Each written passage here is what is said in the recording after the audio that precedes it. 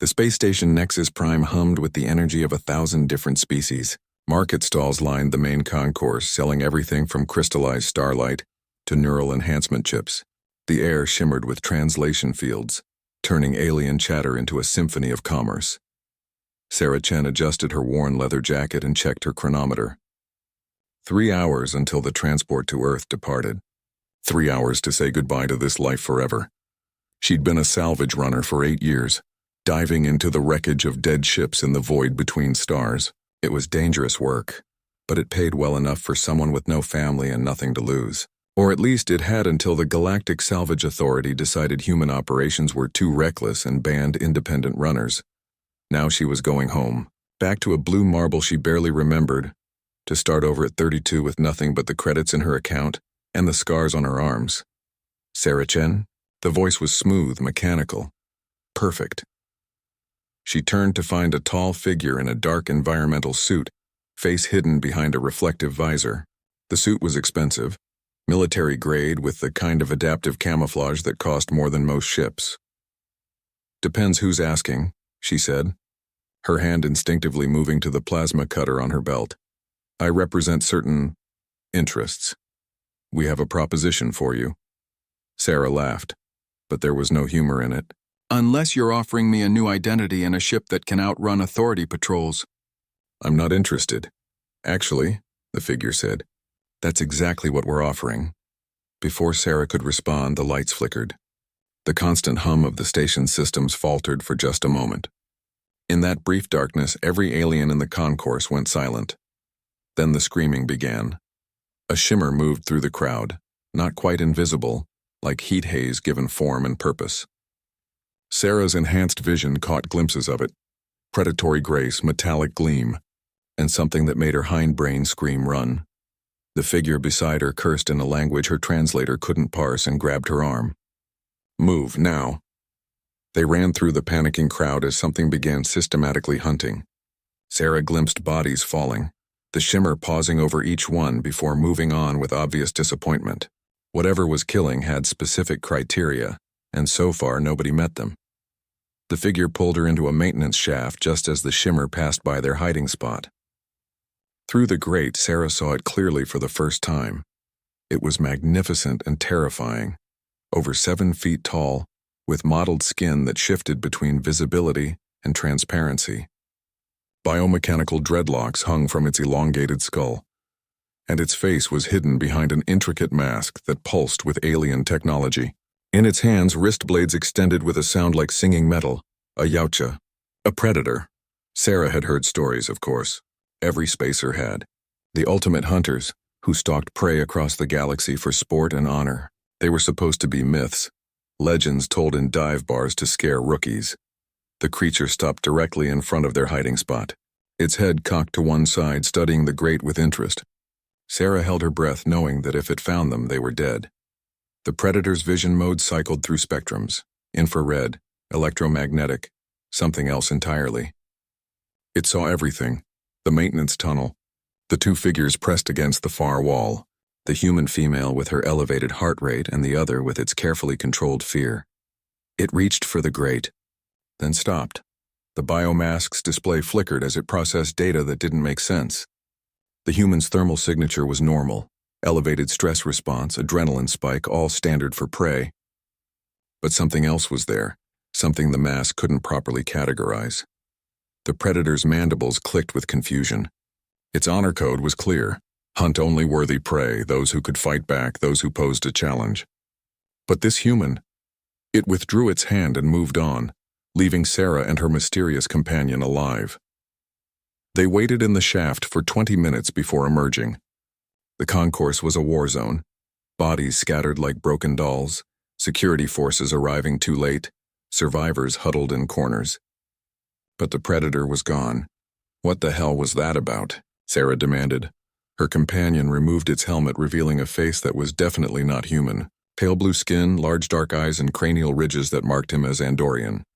"My name is Keth," he said, "and that creature just marked you as something it's never encountered before." "Which is?" "Dangerous." The starbound Horizon was not the kind of ship Sarah was used to. Most salvage runners flew converted cargo haulers, Tough, ugly, and reliable. This vessel was sleek, fast, and probably cost more than her old ship by several orders of magnitude. "Whose boat is this?" she asked as Keth led her through corridors that gleamed with fresh polymer coatings. "Mine, technically, though I'm not exactly the legal owner." The bridge was a work of art. Curved surfaces, holographic displays, and acceleration couches that looked more comfortable than most beds. Sarah had never seen anything like it outside of Alliance military documentaries. "I don't suppose you're going to tell me who you really are," she said. Keth settled into the pilot's chair and began the departure sequence. "I'm exactly who I said I was. Someone with an offer for Sarah Chen, the only human to survive a direct encounter with a Yautja hunting party. It wasn't hunting me. It looked right at me and walked away. Yes, that's what makes you invaluable." The ship disengaged from the station's docking ring and accelerated smoothly toward the jump point. On the view screen, Nexus Prime shrank to a point of light, then disappeared entirely. "There's been a development," Keth continued. 3 weeks ago, a Predator ship crashed on the colony world of Haven's Rest. The local authorities tried to investigate, but every team that approached the wreckage died. 27 people, all experienced security personnel. Sarah leaned back in her chair. "And you want me to go poke around where they failed?" "I want you to retrieve something from that wreckage. Something the Yautja were transporting when they crashed." "What kind of something?" "The kind that could change the balance of power in the galaxy." The jump warning sounded and space twisted around them. When it cleared, they were in a different system entirely, one Sarah didn't recognize. "Haven's Rest is 3 days from here," Keth explained. "That gives us time to discuss terms." "Terms?" "Full salvage rights to anything else on that ship. A new identity and papers that will get you anywhere in known space. And enough credits to buy your own fleet if you want." It was too good to be true, which meant it definitely was. "What aren't you telling me?" Keth's expression darkened. "The Yautja aren't the only ones who know about the crash. The Weyland-Yutani Corporation has a research team en route. They'll arrive tomorrow." Sarah knew that name. Everyone did. Weyland-Yutani was the corporation that owned half the galaxy's terraforming operations, most of its military contractors, and all of its darkest secrets. If they were involved, whatever was on that ship was worth killing for. And you expect me to get there first, grab whatever it is, and get out before the corporate death squad arrives? That's the idea. "In that case," Sarah said, "I want to renegotiate my fee." Haven's Rest was a garden world in the early stages of terraforming. Vast continents covered in engineered grass stretched beneath alien skies, broken by settlements that looked like toys from orbit. It should have been peaceful. Instead, Sarah saw the signs of recent violence everywhere. Burned patches where dropships had made emergency landings, the twisted wreckage of vehicles scattered across the plains, and in the distance, like a dark wound in the green landscape, the crashed Predator ship. The starbound horizon touched down 2 kilometers from the wreck. Keth stayed aboard to monitor communications while Sarah geared up for the expedition. She'd brought her best equipment, enhanced environment suit with full sensor package, military-grade plasma rifle, and enough cutting tools to dismantle a battleship. If the Yautja had left any surprises, she intended to be ready. The walk to the crash site took an hour through knee-high grass that rustled with alien insects. The Predator vessel had hit hard, carving a furrow 300 meters long before coming to rest against a rocky outcropping. It was smaller than she'd expected, maybe a scout ship or personal transport. The hull was intact but scarred, made of some metal that seemed to drink in the light. Strange symbols covered its surface, shifting and changing as she watched. Her suit's translator couldn't make sense of them. 20 meters from the ship, she found the first body. The security officer was still in full tactical gear, but something had torn through his armor like paper. The wounds were precise, surgical, exactly what she'd expect from Predator weapons. But there was something else, something that made her skin crawl. His face was gone, not destroyed, removed, with the kind of precision that suggested it had been a prize. "Sarah." Keth's voice crackled through her comm. "I'm reading multiple heat signatures inside the wreck.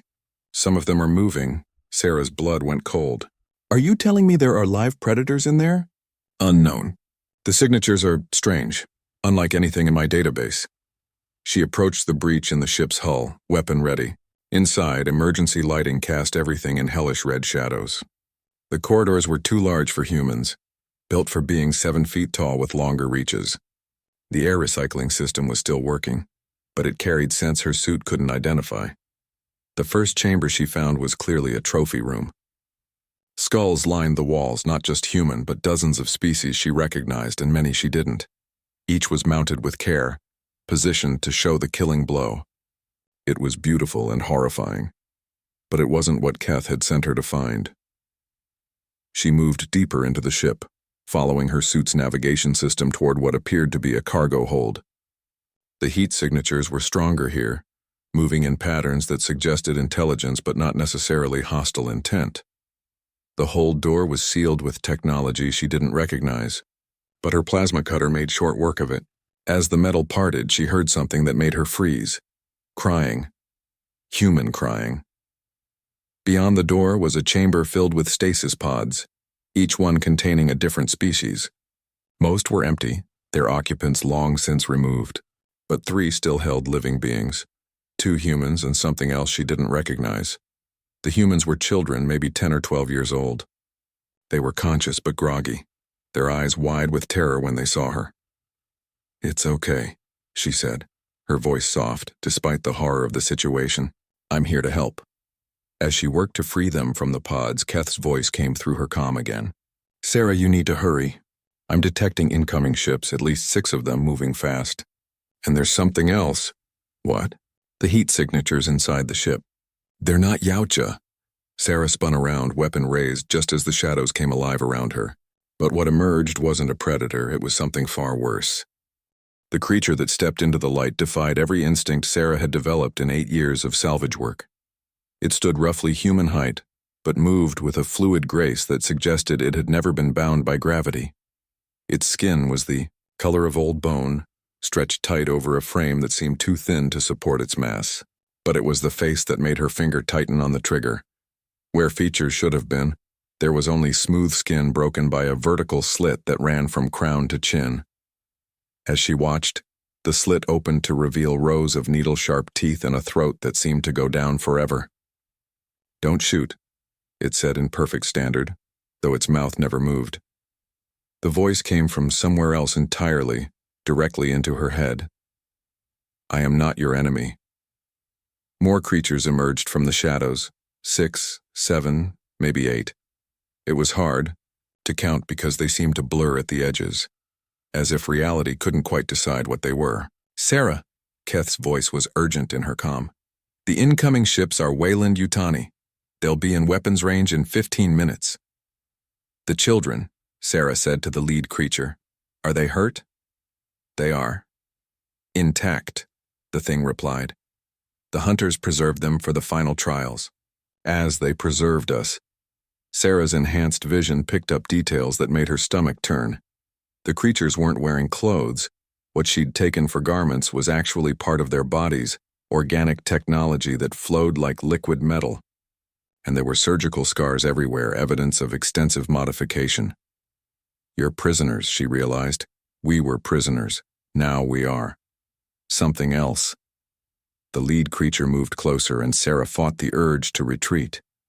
Up close, she could see that its bone-white skin was covered in microscopic scales that shifted through the electromagnetic spectrum. Whatever these things were, they weren't entirely natural. "The hunters took us from our worlds as children," it continued. "Humans, Rigelians, others. They changed us, made us into prey that could think, could adapt, could provide better sport. How long?" "Time has little meaning in the ships between stars. Some of us have been here for decades, others for centuries." Sarah glanced back at the stasis pods. The human children were conscious now, watching the exchange with the kind of numb shock that came from trauma beyond comprehension. "I'm getting you all out of here," she said. "That would not be wise. The corporate ships carry scanning equipment that will detect our true nature. We are no longer entirely what we were. I don't care what they did to you. You're still people." The creature that had been speaking made a sound like laughter, but there was no humor in it. "People. Yes, we were people once. But the hunter's science goes deep. They don't just modify the body, they remake the mind, the soul, the very essence of what a being is. We are their greatest success and their greatest shame." "What do you mean?" We became better hunters than they were. Suddenly the emergency lighting cut out, plunging them into darkness. Sarah's night vision kicked in automatically, but what she saw made her wish it hadn't. The creatures had changed. Where before they had been vaguely humanoid, now they were something else entirely. Flowing, shifting forms that seemed to exist in too many dimensions at once. Only their eyes remained constant, burning with intelligence that was definitely not human. The hunters came to recapture us, the lead creature explained, its voice now coming from 3 different directions simultaneously. But we had learned their ways too well. We killed them, took their ship, and began our own hunt. Hunting for what? Freedom. Revenge. And now perhaps redemption. The ship's systems came back online, and the creatures resumed their humanoid forms. But Sarah had seen what they really were now, and the knowledge sat in her stomach like ice. The corporate ships. Keth's voice cut through her thoughts. They're not just coming for whatever's on this ship. They're coming for you, Sarah. Weyland-Yutani has had your genetic profile flagged since you survived the Predator encounter. Why? Because you're not entirely human either. The words hit her like a physical blow. What are you talking about? The medical scans from your salvage license. The enhanced reflexes you've always had. The way you see heat signatures without augmentation. The reason the Predator on the station didn't hunt you. Keth's voice was gentle but relentless. Your grandmother was taken by the hunters 40 years ago. They returned her to Earth but not unchanged. Sarah felt the world tilt around her. Everything she thought she knew about herself, about her abilities, about why she'd always been different from other humans suddenly made horrible sense. Horrible. That's impossible. Is it? Look at these beings around you. They were human once, just like your grandmother was. The Yautja have been conducting these experiments for millennia, seeding modified genetics back into populations across the galaxy. You're not the only one, Sarah, but you might be the most successful. The lead creature moved closer, its slit mouth opening slightly. We felt it when you approached. The mark of the hunters is upon you, but different. Stronger. They tried to make us into perfect prey, but they made you into something else entirely. What? A perfect hunter. Before Sarah could respond, the ship shuddered. Through the hull breach, she could see lights in the sky, multiple ships descending toward the crash site. Weyland-Yutani, she breathed. Yes, the creature said. And they have come prepared for war. The corporate dropships landed in a perfect tactical formation, disgorging teams of armed soldiers in powered armor. Sarah watched through her scope as they established a perimeter around the Predator ship. Their movements precise and professional. 24 hostiles, she reported to Keth. Military-grade equipment, neural link coordination. They're not taking any chances. Can you get out through the rear breach? Sarah glanced back at the modified beings and the 2 human children. Not with everyone I need to save. The lead creature touched her shoulder with a hand that felt like ice through her suit. You don't need to save us. We have been preparing for this moment for a very long time. I'm not leaving anyone behind. Then you understand why the hunters value you so highly. But this is our fight now. These corporations, these governments that allow beings to be taken and changed against their will, they are the true prey. The first corporate team breached the hull just as Sarah reached a decision that surprised even her. Instead of running, she moved deeper into the ship. What are you doing? Keth's voice crackled with static. Something stupid. Or brilliant. I haven't decided yet. She found what she was looking for in the Predator's personal quarters. A weapons locker filled with hunting gear that had been crafted over centuries. The technology was beyond human understanding. But her modified genetics seemed to know exactly how each piece worked. She selected a wrist computer that interfaced directly with her nervous system, a cloaking device that bent light around her body, and a biomask that enhanced her senses beyond anything she'd thought possible. As each piece of alien technology merged with her biology, she felt herself becoming something new, something dangerous. The first corporate soldier she encountered never saw her coming. The plasma bolt took him center mass, dropping him silently. His teammates found his body 30 seconds later, but by then Sarah was already behind them. The modified beings were hunting too, flowing through the ship's ventilation systems like living shadows. Every few minutes, Sarah heard screams over the corporate comm network as someone encountered prey that fought back with impossible skill. "This is Colonel Martinez," a voice crackled through the soldiers' communications. "We have multiple hostile contacts. Unknown species, extreme threat level. Request immediate backup." Sarah smiled grimly. They had no idea what they were dealing with. She reached the cargo hold where the children waited, expecting to find them terrified. Instead, she found them calm, their eyes reflecting light in a way that definitely wasn't human. "We felt it when you put on the hunter's gear," the girl said. "You're changing." Sarah looked down at her hands. The skin was still flesh-colored, but underneath she could see patterns of light flowing like circuitry. The predator technology wasn't just enhancing her abilities. It was awakening something that had always been there. "Waiting. I can get you out," she told them. "We don't want to go," the boy replied. "This is our world now. The hunters took us from our families, but the modified ones taught us the truth. We're not victims anymore." Through her enhanced senses, Sarah could perceive the children's true nature. Whatever the predators had done to them had awakened abilities that made them more than human. They were adapting, evolving, becoming something that could survive in a galaxy where being normal meant being prey. The corporate forces were retreating now, their initial confidence shattered by encounters with beings that refused to die easily. Sarah tracked their movements through the ship's sensor network, watching as they fell back to defensive positions outside the hull breach. "Sarah." Keth's voice was urgent. "I'm detecting a massive energy buildup from one of the corporate ships. They're charging orbital bombardment weapons." She looked around at the modified beings, the enhanced children, and the ship full of predator technology that could revolutionize human understanding of the universe.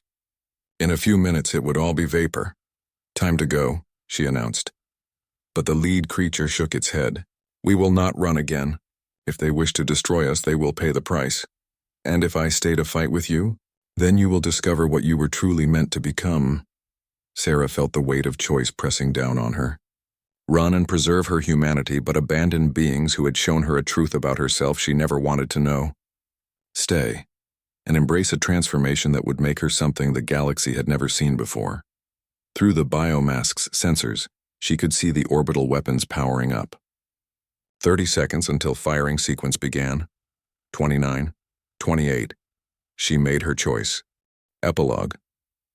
The new hunt 6 months after the Haven's Rest incident, the Starbound Horizon dropped out of hyperspace at the edge of the Kepler system. The ship had been modified extensively. Its hull now incorporated predator technology that made it nearly invisible to conventional sensors, and its weapons systems could punch through military-grade shields like paper.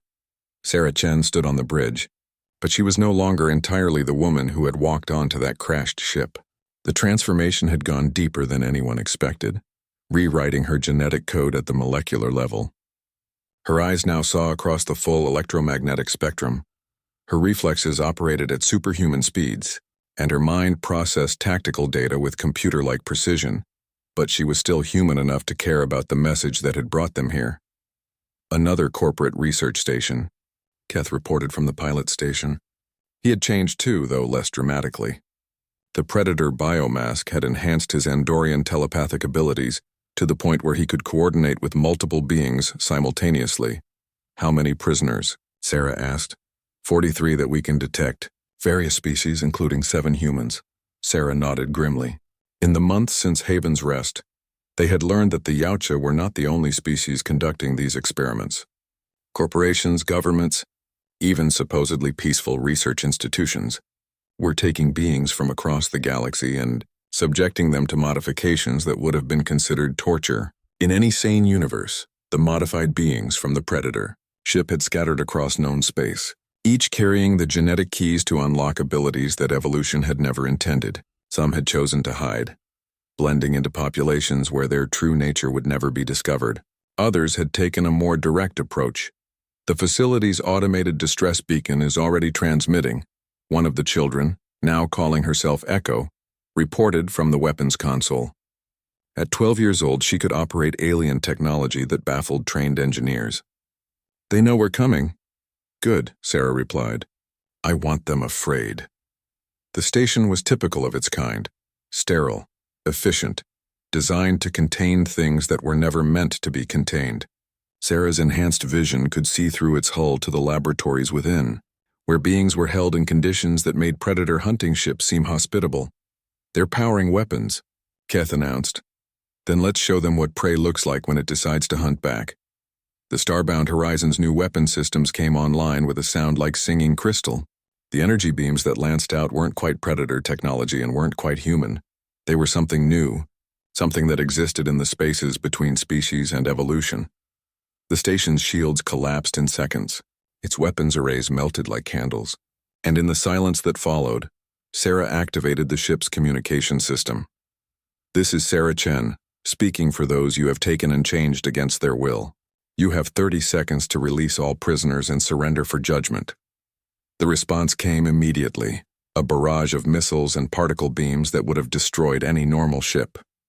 But the Starbound Horizon wasn't normal anymore, and neither was its crew. The modified beings moved through the station like living nightmares, their abilities perfectly suited for hunting in enclosed spaces. The enhanced children coordinated their movements with telepathic precision that would have impressed a predator elder. And Sarah herself moved through the corridors like death-given form, her weapon systems interfacing directly with her nervous system. They found the prisoners in Laboratory Complex 7, held in stasis chambers that kept them unconscious during the modification process. Some had been there for years, their bodies slowly transformed by science that treated sentient beings as raw material. But they also found something else: research data that revealed the true scope of the experiments. Hundreds of facilities across the galaxy, thousands of subjects, all part of a project that aimed to create the perfect synthesis of biological adaptation and technological enhancement. "My God," Keth breathed as he processed the data streams. "They're trying to engineer the next stage of galactic evolution." Sarah studied the files, her enhanced mind parsing data at inhuman speeds. The project had a name: Synthesis. Its goal was nothing less than the creation of beings capable of surviving in environments where no natural evolution could take hold. The spaces between stars, the surfaces of neutron stars, the event horizons of black holes. They're not trying to create better people, she realized. They're trying to create better survivors. For something that's coming. The data files contained references to observations from deep space, signals from outside the galactic rim, evidence of something that was moving toward inhabited space at speeds that defied physics.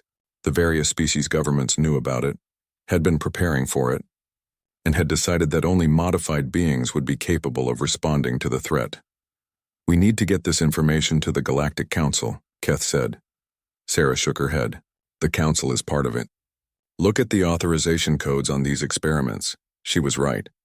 The modification programs had been sanctioned at the highest levels, hidden behind layers of classification and need-to-know protocols. The galaxy's leaders had decided that the ends justified the means, and that the lives of the beings they were supposed to protect were acceptable casualties. Then what do we do? Sarah looked around at the modified beings who had become her crew, at the children who would never have normal lives, at the prisoners they had freed who would need to learn how to be human again. "We do what predators do," she said. "We hunt." As the Starbound Horizon departed the destroyed research station, its hold full of rescued prisoners and its databanks full of information that could reshape galactic civilization, Sarah Chen felt the weight of transformation settling around her like a cloak. She was no longer fully human, but she wasn't a monster either.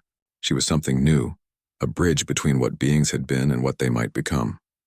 And in a galaxy where evolution was being driven by science instead of nature, that might be exactly what was needed. Behind them, the research station burned like a small star against the void. Ahead lay a galaxy full of beings who needed to be freed, corporations that needed to be stopped, and mysteries that needed to be solved. The hunt was just beginning. Final word count: approximately 8,500 words, 35-minute read the end.